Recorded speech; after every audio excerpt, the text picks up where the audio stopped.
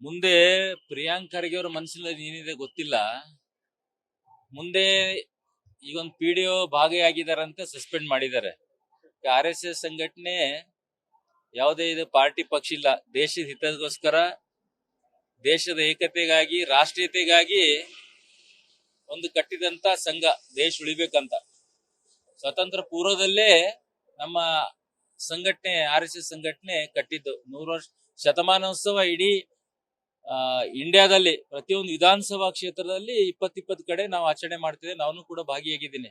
ಇದರಿಂದ ಅವರಿಗೆ, ಪ್ರಿಯಾಂಕ್ ಖರ್ಗೆ ಅವರಿಗೆ ಮತ್ತೆ ಸರ್ಕಾರಕ್ಕೆ ನಡುಕು ಹುಕ್ಕಿದೆ. ಯಾಕಂದ್ರೆ ಇದರಲ್ಲಿ ಪರಿಶಿಷ್ಟ ಜಾತಿ, ಪರಿಶಿಷ್ಟ ಪಂಗಡ, ಹಿಂದುಳಿದವರು ಸಾಕಷ್ಟು ಜನ ಇದರಲ್ಲಿ ಪಥಸಂಚಲನದಲ್ಲಿ ಭಾಗಿಯಾಗ್ತಾ ಇದ್ದಾರೆ. ಅದಕ್ಕೆ ನಮ್ ಜೊತೆ ಇರೋರು ಕೂಡ ಇದ್ರಲ್ಲಿ ಭಾಗಿಯಾಗ್ತಾ ಇರಲ್ಲಪ್ಪ ಅಂತ ಅವ್ರಿಗೆ ನಡುಕು ಹುಕ್ಕಿದೆ. ಇನ್ನು ಮುಂದೆ ಇನ್ನೊಂದ್ 2-3 ದಿವಸ ಇನ್ನೊಂದು ಸರ್ಕಾರ ಸುತ್ತಲೇ ಹೊಡಿಸ್ತಾರೆ ಪ್ರಿಯಾಂಕ್ ಖರ್ಗೆ ಅವರು. ಏನಂದ್ರೆ ಯಾರು ಸರ್ಕಾರಿ ನೌಕರರು ಹಿಂದೂ ದೇವಾಲಯಗಳ ಹೋಗೋದಿಲ್ಲ, ಹಿಂದೂ ದೇವಾಲಯ ಹೋದರೆ ಸಸ್ಪೆಂಡ್ ಮಾಡ್ತೀವಿ. ಈ ತರ ಒಂದು ಸುತ್ತೋಲೆ ಬರೋದ್ರೆ ಆಶ್ಚರ್ಯ ಏನ್ ಪಡಿಬೇಕಾಗಿಲ್ಲ.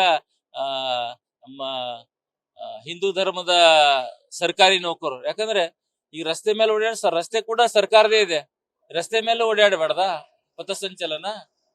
ಯಾರೋ PDO ಒಂದು ಡ್ಯೂಟಿ ಆದ್ಮೇಲೆ ಅವ್ರು ಭಾಗಿಯಾಗಿದ್ದಾರೆ, ತಪ್ಪೇನಿದೆ? ಅವರು ಡ್ಯೂಟಿಯಲ್ಲಿ ಇದ್ದಾಗ ಸಂಘಟನೆ ಇದೆ, ಸಂಘಟನೆ ಬೇರೆ ಬೇರೆ ಸಂಘಟನೆಯಿಂದ ಎಲ್ಲರೂ ಪಾಲ್ಗೊಳ್ಳಲ್ವಾ? ಹಾಗಾದ್ರೆ ಮುಂದೆ ಇನ್ನೊಂದು ವಾರದಲ್ಲಿ ಇನ್ನೊಂದು ಸುತ್ತೋಲೆ ಹೊಡಿಸ್ತಾರ ಸರ್ಕಾರದಿಂದ. ಯಾರೇ ಹಿಂದೂ ಧರ್ಮದ ಅಧಿಕಾರಿಗಳು ಯಾವುದೇ ದೇವಸ್ಥಾನಕ್ಕೆ ಹೋಗಿ ನಮಸ್ಕಾರ ಮಾಡೋಂಗಿಲ್ಲ. ಇದ್ರ ಉದ್ದೇಶ ಅದೇ ಬರುತ್ತೆ ಕೊನೆಗೆ. ಈಗೆಲ್ಲ ಮಾಡೋ ತಪ್ಪಿದೆ, ಯಾಕಂದ್ರೆ ಇದರಿಂದ ಒಳ್ಳೇದಾಗಲ್ಲ. ರಾಷ್ಟ್ರೀಯತೆ ಮನೋಭಾವನೆ ಇದ್ದಂತ ನಮ್ಮ RSS ಸಂಘಟನೆ ಅದ್ರ ಬಗ್ಗೆ ಬ್ಯಾನ್ ಮಾಡ್ತೀನಿ. ಹಿಂದೆ ನೆಹರು, ಇಂದಿರಾ ಗಾಂಧಿ ಅವ್ರು ಬಾಳ್ ಟ್ರೈ ಮಾಡಿದ್ರು, ಆಗ್ಲಿಲ್ಲ.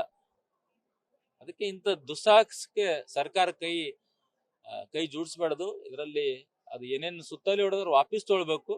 ಎಲ್ಲರಿಗೂ ಸರಿಸಮಾನವಾಗಿ ನಮ್ಮ ರಾಷ್ಟ್ರದಲ್ಲಿ ಡಾಕ್ಟರ್ ಬಾಬಾ ಸಾಹೇಬ್ ಅಂಬೇಡ್ಕರ್ ಜಿ ಅವರು ಹೇಳಿ, ರಾಷ್ಟ್ರೀಯತೆ, ಐಕ್ಯತೆ, ಏಕತೆಗಾಗಿ ಸಂವಿಧಾನದಲ್ಲೇ ಇದೆ. ಇದ್ರ ಪ್ರಕಾರ ಯಾರು ಕೂಡ ವಾಕ್ಸತ್ಯಾರೆ ಸಂಘಟನೆ ಮಾಡಬೇಕು, ಹೋರಾಟ ಮಾಡ್ಬೇಕಂತ ನಮ್ಮ ಸಂವಿಧಾನದಲ್ಲೇ ಇದೆ. ಅದ್ರ ಪ್ರಕಾರ ನಾವೆಲ್ಲ ಇರಬೇಕು, ಗೌರವಯುತವಾಗಿ ಎಲ್ಲರೂ ನಡ್ಕೊಳ್ಬೇಕು. ಯಾವುದೇ ಧರ್ಮ ಇರ್ಲಿ, ಯಾವುದೇ ಸಂಘಟನೆ ಇರ್ಲಿ, ಅವ್ರ ಬಗ್ಗೆ ಗೌರವಯುತವಾಗಿ ನಡ್ಕೋಬೇಕಂತ ಹೇಳಕ್ ಇಚ್ಛಪಡ್ತೀನಿ. ಅದೇನು ಅವ್ರು ಏನೋ ತಿಳ್ಕೊಂಡು ಶತಮಾನೋತ್ಸವ ಅಂದ್ರೆ 1-2 ಕಡೆ ಮಾಡಿ ಪಥಸಂಚಲನ ನಡೀತಂತ ಅವ್ರ ಉದ್ದೇಶ ಇತ್ತು. ಬಟ್ ಇದು ಪ್ರತಿಯೊಂದು ಗ್ರಾಮ, ಪ್ರತಿಯೊಂದು ಓಣಿಯಲ್ಲಿ, ಪ್ರತಿಯೊಂದು ವಿಧಾನಸಭಾ ಕ್ಷೇತ್ರದಲ್ಲಿ, ಇಡೀ ದೇಶಾದ್ಯಂತ ನಡೆದಿದೆಲ್ಲ, ಇದರಲ್ಲಿ ಅವ್ರು ನಡುಕ್ ಹುಕ್ಕಿದೆ.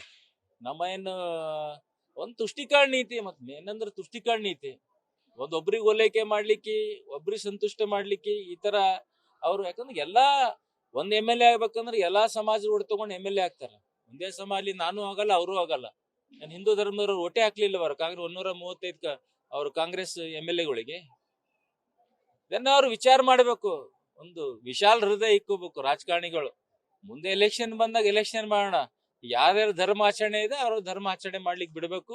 ಸಂಘದ ಬಗ್ಗೆ ಇಂಥ ದುಸ್ಸಾಹಸ ಕೈ ಹಾಕಬಾರ್ದು ಅಂತ ನಾನು ಹೇಳಕ್ ಇಚ್ಛಪಡ್ತೀನಿ.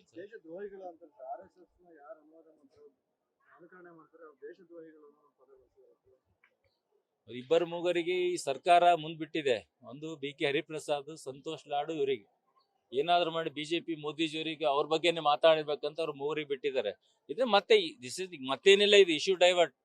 ಸರ್ಕಾರ ಕಡೆ, ಮುಖ್ಯಮಂತ್ರಿ ಕಡೆ, ನವೆಂಬರ್ ಕ್ರಾಂತಿ ಕಡೆ ಯಾರು ನೋಡ್ಬಾರ್ದು, ಈ ಕಡೆ ಎಲ್ಲರೂ ಚಿತ್ತಿಕ್ಕಬೇಕಂತ ಇದೊಂದು ಅವ್ರದ್ದು ಪ್ರಾಕ್ಟೀಸ್ ಅಂತ ನಾನು ಹೇಳಕ್ ಇಚ್ಛಪಡ್ತೀನಿ. ನಾನು ಅದೇ ಅಂದಲ್ಲ, 2018 ನಾನು ಚುನಾವಣೆ ನಾನು ಸೋತಿದ್ದೆ. ಸೋತ್ಮೇಲೆ ಬಂದೆ. ಆಮೇಲೆ ಆಗಿದಂತ ಮುಖ್ಯಮಂತ್ರಿ BS ವೈಜಿ ಅವರನ್ನ ಚೇರ್ಮನ್ ಮಾಡೋದು ನಿಗಮ ಮಂಡಳಿ KSIDC. ಮತ್ತೆ ಅವಾಗ ಕಂಟಿನ್ಯೂ ಬಂದೆ. ಅವಾಗ 2022 ಬಂದೆ. ನಮ್ಮ ಪ್ರೀತಮ್ಗೌಡ, ನಮ್ಮ ಆತ್ಮೀಯ ಸ್ನೇಹಿತ ಶಾಸಕ ಇದ್ದನು, ಅವನೇ ದೇವಸ್ಥಾನ ಎದುರುಗಡೆ ನಿಂತಿದ್ದು. ನಾನು ದೇವಸ್ಥಾನ ಹಿಂಗ್ ನಮಸ್ಕಾರ ಮಾಡಿ ಬರ್ತಾ ಇದ್ದೆ. ತಾಯಿ, ನಮ್ ದೋಸ್ತಿಗೆ MLA ಮಾಡ ಮುಂದಂತಂದ. ರಿಯಾಲಿಟಿ ಹೇಳ್ತೀನಿ. ಮತ್ತೆ ಆಮೇಲೆ ಶಾಸಕ ಆಗಿ ಜನರ ಆಶೀರ್ವಾದ ಬಂದೆ.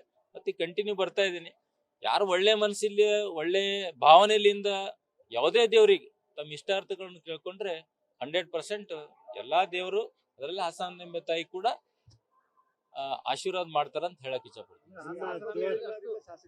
ಆಗೇನು ಹಾಸನಾಂಬೆ ಅನುಗ್ರಹ ಕೂಡ ಆಗಿದೆ, ನಮ್ಮಲ್ಲಿ ನಮ್ಮ ಮನೆ ದೇವರ ಆಶೀರ್ವಾದ ಕೂಡ ಆಗಿದೆ. ಬಟ್ ಇಲ್ಲಿ ವಿಶೇಷ ಅಂದ್ರೆ 1 ವರ್ಷಕ್ಕೆ ಒಂದೇ ಸಲ ಟೆಂಪಲ್ ಓಪನ್ ಆಗುತ್ತೆ, ಮತ್ತೆ ಅಷ್ಟೇ ಎಣ್ಣೆ, ಅಷ್ಟೇ ದೀಪ ಹಂಗೆ ಇರುತ್ತೆ. ಇದು ಪವಾಡ ಇಲ್ದರೆ ಏನಿದೆ, ಇದು ಶಕ್ತಿ ಪೀಠ. ಇದು ಅದೊಂದು ನಮ್ಮ ದೇಶದಲ್ಲಿ ಎಷ್ಟು ಶಕ್ತಿ ಪೀಠ ಇದೆಯಲ್ಲ, ಅದ್ರಲ್ಲಿ ಇದೊಂದು ಶಕ್ತಿ ಪೀಠ ನಾನು ಅನ್ಕೋತೀನಿ. ದೂರದ ಬೀದರ್ ಇಲ್ಲಿ ಹಾಸನ ಬಟ್ ಏನೋ ಪೂರ್ವಜನ ಪುಣ್ಯ ಕನೆಕ್ಟಿವಿಟಿ ಏನೋ ಏನ್ರ ಇದ್ರೆ ಒಬ್ರಿಗೊಬ್ರು ಭೇಟಿ ಆಗ್ತೇವೆ.